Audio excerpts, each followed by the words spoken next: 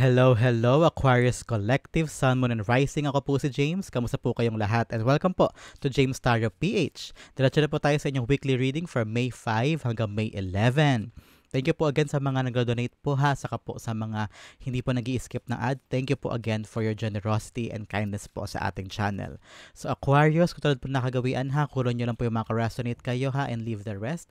Yung pong ibang impormasyon ay para po sa ibang Aquarius yun. So make sure this time na palakasin nyo po ang inyong intuition para makuha nyo po yung akmang-akmang messages na kaloob po sa inyo ng yung spirit guide sa ating reading for today. So Aquarius, ano naghihintay sa inyo ngayong May 5 to 11? Inhale and exhale. At the center of your reading, you have the Star card. Ooh, beautiful. In the area of what you want, you have the Moon card. In the area of what you need, you have the Justice card. In the area of what's affecting your current energy, meron kang the Magician. Beautiful. In the area of your near future, meron kang Ace of Cups. Wow, beautiful blessing. In the area of your challenge, you have the Eight of Wands. Beautiful. In the area of your fortune, meron kang the Six of Swords. Beautiful, beautiful, beautiful. Ang ganda nito. Pag-usapan natin later.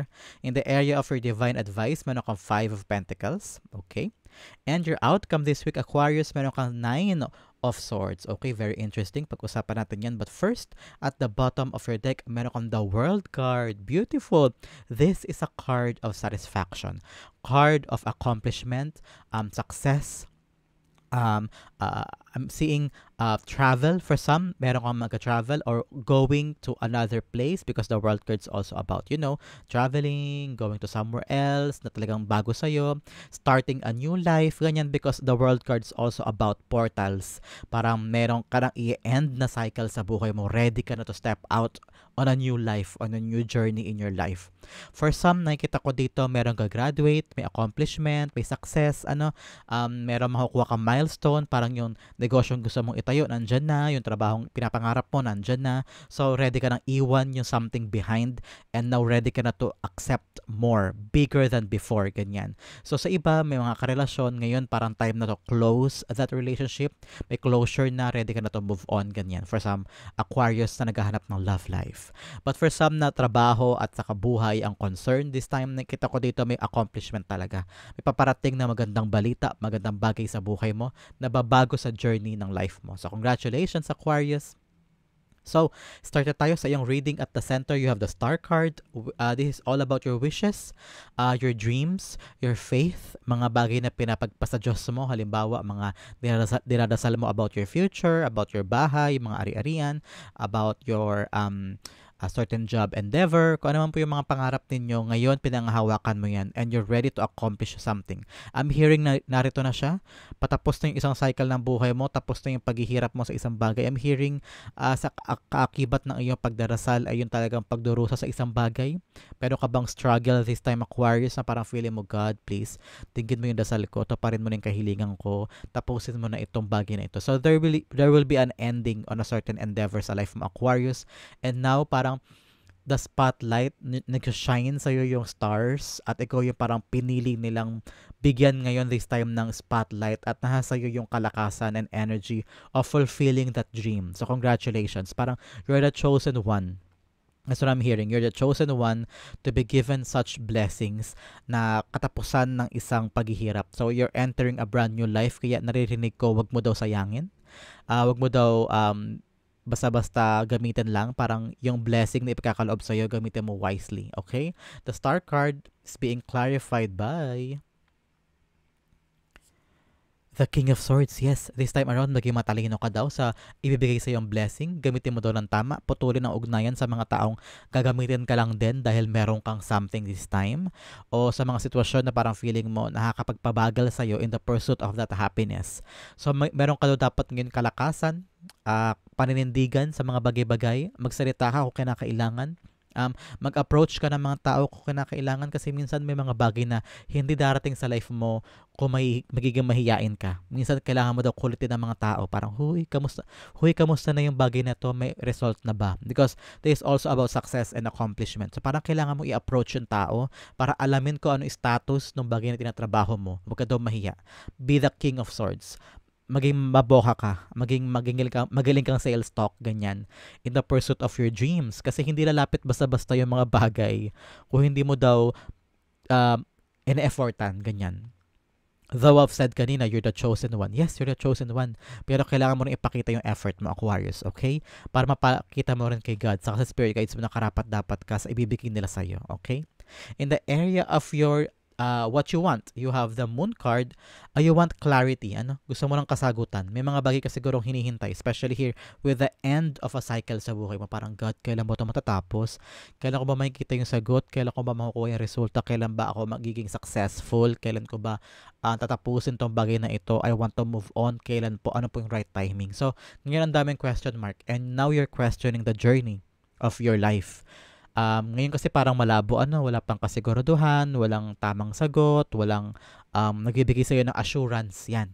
Wala kang assurance of the journey. Kaya parang kina-question mo this time. So, the moon card, sinasabi nito na pagkatiwalaan mo daw yung sarili mo. Pagkatiwalaan mo si God na dadalhin ka niya sa tamang path. Walang pagdududa daw dapat doon. And ngayon, gawin mo lang yung kaya mo and let God do the rest. Okay, Aquarius? The moon card's being clarified by nakabaliktad na 2 of cups. So this time around, nakikita ko dito na parang walang communication, walang clear communication with the people na dapat mong kausapin. Kaya siguro, unclear din sa'yo, hindi mo alam kung ano yung sagot, hindi mo alam kung ano yung dapat gawin. Kaya ngayon, walang pag-andar siguro kasi hindi ka nakikipag-communicate. Dapat ngayon, tanggalin mo yung hiya mo, Aquarius. Kapag halimbawa may agency, tapos parang tagal-tagal naman ako tawagan ng agency, bakit ganun? Last month, sinabi nila ngayon daw ako tatawagan. Bakit wala pa? So, ikaw ang gawin mo, tawagan mo. Have a communication with them so that mawala yung questions, mawala yung secrets, mawala yung mga alinlangan, mawala yung mga clouds sa isip mo at sa puso mo. So, make sure this time, ikaw ang mag-reach out. Okay? Kung halimbawa, tapos na yung moment of waiting, ikaw na mag-reach out so that mapapabilis mo yung ending of a cycle sa buhay mo, okay? Make sure that the line of communication is open in your end so that yung mga tao ay madaling makalapit din sa'yo, makuha mo yung right moment, right energy, okay? I'm also seeing here na parang iniisip mo din for others na parang may problema sa communication mo ugnayan mo with someone kaya parang iniisip mo, ano na kayang status? Pwede ito sa relasyon because 2 of cups also about soulmates or soul connection with someone. So ngayon, meron bang problema in your connection with someone? Iniisip mo, ano na bang status namin? Ano ba patutunguhan nito? So ang daming question. Pwede ito sa ugnayan with a business partner or agreement with a client. So ngayon parang iniisip mo, ano ba yung kaya kong gawin at dapat kong gawin para mapa-oo sila? So ngayon ang daming duda sa isip mo, ang daming mga uncharted territories o uncharted moments sa parang ano yung right plan, ano yung tapang step para mapa-oo ko na sila, ganyan. So, andun yung area mo this time. In what you need, sabi sa'yo ng spirit guides mo, I don't know why you need the truth. Why? The truth will give you the right action. Ano yung truth na yun? Probably about the relationship. Kailangan mo malaman yung katotohanan sa status mo sa kanya. Ano na ba yung halaga mo sa kanya? Ano na ba yung nararamdaman niya sa'yo? Pag naraman mo na yung katotohanan na yun, alam mo na yung next step mo. Iiwan mo na siya, close mo na yung cycle. Sa isang trabaho, halimbawa, nalaman mo na yung truth about your status sa iyong pwesto. Valued ka ba? Tama ba yung sweldo mo? Nag-reflect ba yung sweldo mo sa performance mo? Kung hindi, kung parang feeling mo hindi ka pinapahalagahan at nalaman mo na yung katotohanan na yun, you know now the right step. Aalis ka na ba o pag-stay ka pa? So, may mga bagay this time daw na kailangan mo malaman ng katotohanan in order for you to know the right step forward, okay? The Justice card's being clarified by the 8 of Cups. Yes. Tama yung sinabi ko because 8 of Cups like fight or flight. Aalis ka na ba o hindi? Mag-stay ka pa ba o hindi?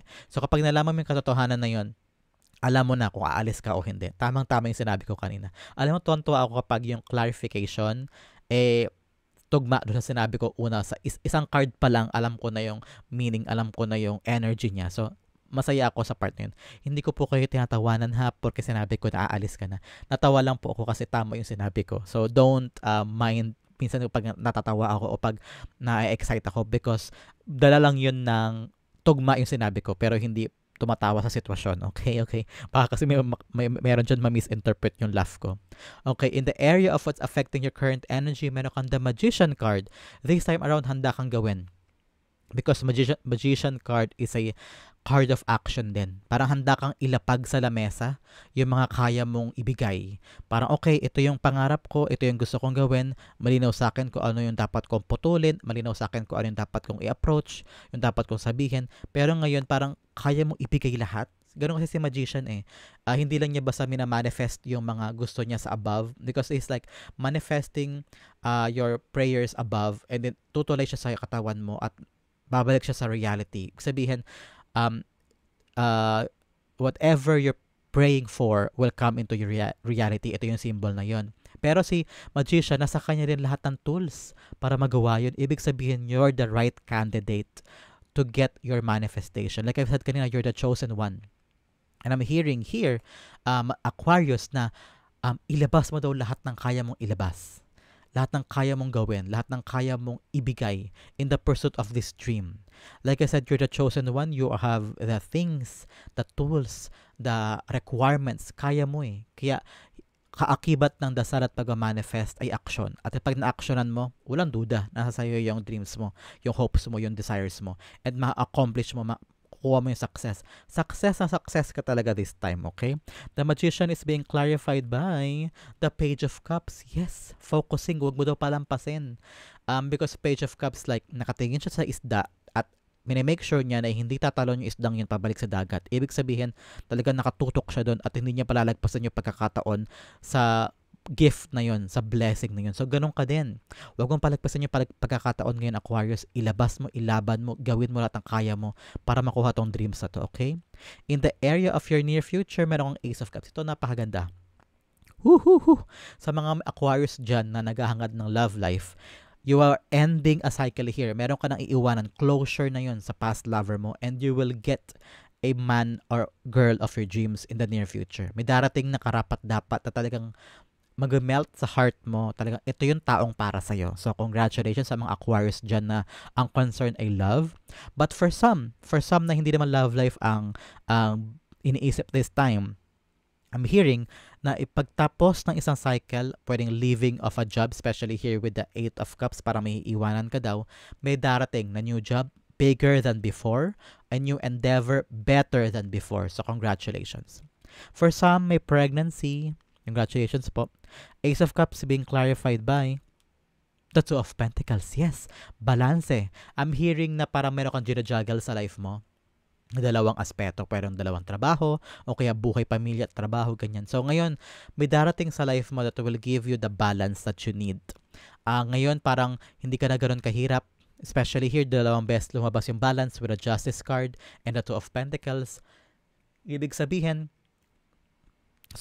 itong Ace of Cups na darating sa buhay mo, bagong simula ito ha, pwedeng bagong trabaho, bagong love life, bagong endeavor, it will give you the balance that you need. Hindi ka na ganun ka-struggle, hindi ka na ganun kahirap. Parang makakakuha ka ng right job that will give you the financial stability that you always desire.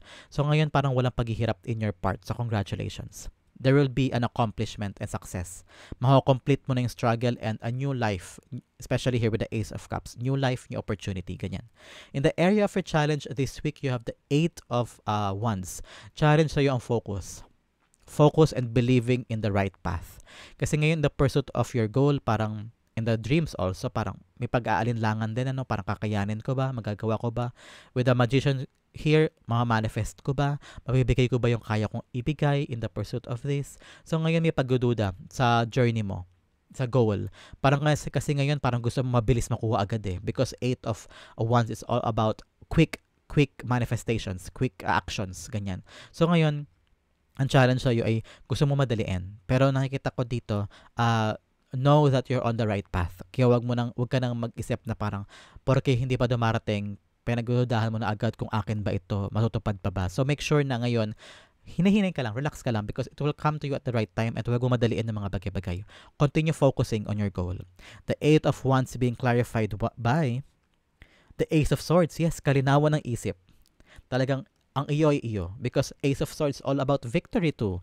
Parang yes, nakuha ko, satisfied. Yes, I won this. I win this battle. So ngayon nakikita ko dito na magkaroon ka daw ng peace in your heart and in your mind that your journey is your journey and nothing will stop you in acquiring what's yours. So make sure na itatak mo sa isip mo na you're on the right path and have a clear vision of that. Karoon ka rin daw ng malinaw na pag-iisip para makapag-focus ka sa goal mo, okay? In the area of your fortune, ito ang maganda, you're in the transition. Fortune mo ngayon, papunta ka na sa tahimik na buhay, papunta ka na sa magandang destinasyon. Especially here, in the portal card, the world, papunta ka na dun sa maayos at mas magandang estado ng buhay mo. Especially in the travel, the world card is coordinating with the Six of Swords. Meron talaga dito na lilipad o aalis ng bansa. OFW siguro ito, or you're going to a different place kasi nandoon yung mas magandang trabaho o magandang swerte para sa'yo. So now, be at peace kasi patungo ka na sa calmer waters sa mas maayos na buhay. Congratulations, Aquarius. The Six of Swords being clarified by the star. Dalawang beses lumabas si star here in your core energy and in your fortune. So, yung pagpunta mo daw sa malinis, takpan natin si ate girl, yung pagpunta mo daw sa malinis at magandang buhay ay katuparan ng iyong mga dasal, katuparan ng iyong mga wishes. So congratulations sa iyo, Aquarius. In the area of your divine advice, you have the Five of Pentacles. Advice sa iyo ng spirit guides mo, in time of need, Aquarius, in time of need, don't focus on your weaknesses. Don't focus on people na hindi nandyan ng mga panahong kailangan mo. Pag napatunayan mo na wala sila in time of need, putulin mo na sila sa life mo. Huwag mo na silang aasahan ever. Kasi napatunayan mo na wala sila dyan sa time na ikaw ang nangangailangan. Focus on your strength, yung mga kakayanan mo, yung mga pros mo. Halimbawa, wala kang pera ngayon. So maghanap ka ng mga kalakasan mo. Saan ka ba magaling? Magaling ka ba magluto? Magaling ka bang mag-sales talk? Magaling ka bang mag-compensate ng mga kapitbahay na bilhin nyo na to, inyo na to, magaling tong product na to. So pwede mong gamitin yun na kalakasan mo. Makapagbenta ka online, mag-Shopee ka, mag-Lazada ka, yung mga online sellers, ganyan. O kaya magbenta ka ng mga ukay-ukay, ganyan, kasi magaling ka mag-convince sa tao na maganda yung product mo. Yung mga ganon, yung mga kalakasan mo, use those strength in your favor para magbago yung kapalaran mo. Don't always deal with people na pinabayaan ka on times of need. Hindi mo na sila kailangan sa buhay mo. And always fight for your dreams kahit mahirap. Five of Pentacles is also about believing in yourself and continuing the journey kahit ang daming aberya o ang daming mga gulo sa buhay, okay? Spirit guides are telling you and that in time of need, you are protected, you are guided. Kaya always cling into your faith and cling into your spirit guides na nandyan sila for you, okay? Yan ang paalala sa iyo ng spirit guides mo. Aquarius, Five of Pentacles is being clarified by the Queen of Pentacles. Yes, tama yung sinabi ko kanina. Oh my goodness. Na gamitin mo yung kalakasan mo because you have enough resources. Queen of Pentacles is a queen na lahat ng kailangan niya nasa kanya. So kapag nag-struggle ka this time, always find your resources. Marami dyan sa paligid mo.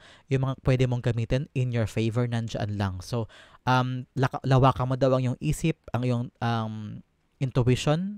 Tumingin ka sa paligid mo, ano pwede kong gamitin dito in my favor para lumago. Yun ang magagamit mo para makawala ka sa Five of Pentacles, makawala ka sa struggle. Okay, Aquarius? Ang yung outcome na napakaganda pag-usapan natin later. But first, let's have additional messages from the Divine. Unang-una, your angel number, you have number 2. Kung special number po sa inyo yan, there is a confirmation that this angel number message is for you. You have great talent for finding solutions. O, di ba?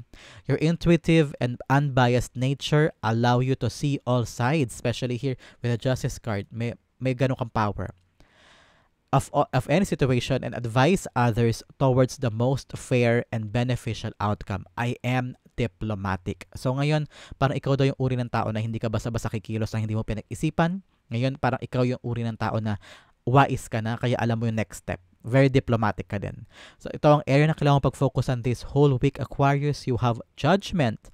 I acknowledge, I understand that everyone has their own unique path and challenges. So ngayon, dapat to makita mo yung sarili mo sa ibang tao na kung may pinagdadaanan ka, may pinagdadaanan din sila. Kaya magiging mas magiging mabait ka sa kanila, mas magiging maunawain ka sa kanila. So, remove the judgment, initial judgment with other people. Huwag mo daw husgahan sila based on your naiintindihan. Parang ngayon, i-dig deep within you na kung meron ka ring challenges, meron din silang challenges. Kaya mas maunawaan mo sila. Okay? Itong outcome na napakaganda, you have the Nine of Swords. Nine of Swords is a card of overthinking. Masyado mong dinidibdib, stress, worries.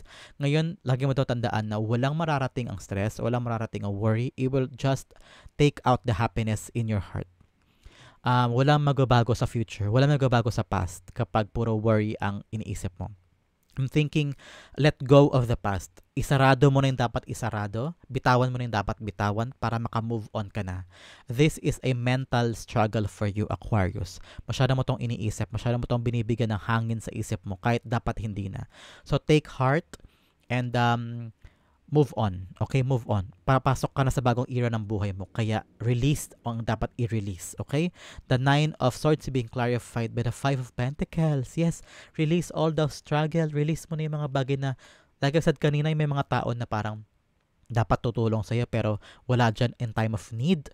Ngayon, kailangan mo silang putulin. Putulin mo na yung ugnayan mo sa mga tao nagpahirap sa'yo. And forgive and forget and take in your heart na minsan kailangan mo nang iwan yung mga bagay. Kahit gaano ka nag-struggle sa bagay na yun, have peace na yung mga bagay in the past ay parte na ng past and move on kahit mahirap, kahit masakit. Parang may isip mo na hindi na kayo parte ng buhay ko. Kaya ko nasabing forgive because hindi ko alam kung dapat ka na ba mag-forgive because kanya-kanya naman tayo ng paraan ng pagpapatawad. Pero kung yun ang makakatulong sa'yo para maka-move on ka na at makawala ka na sa pain and struggle and overthinking and talagang hindi ka na makatulog, baka yun ang dapat mo gawin. Forgive them and forgive yourself so that makawala ka na sa struggle na ito. Okay, Aquarius? Para makapasok ka na sa new era of your life. Okay, Aquarius, that is your May 5 to 11 reading. Sa po kayo nakarate, sa po kayo nakaresonate, comment down below, and I'll be reading your messages. Thank you again for watching. This has been James for James Tarot PH. God bless everybody.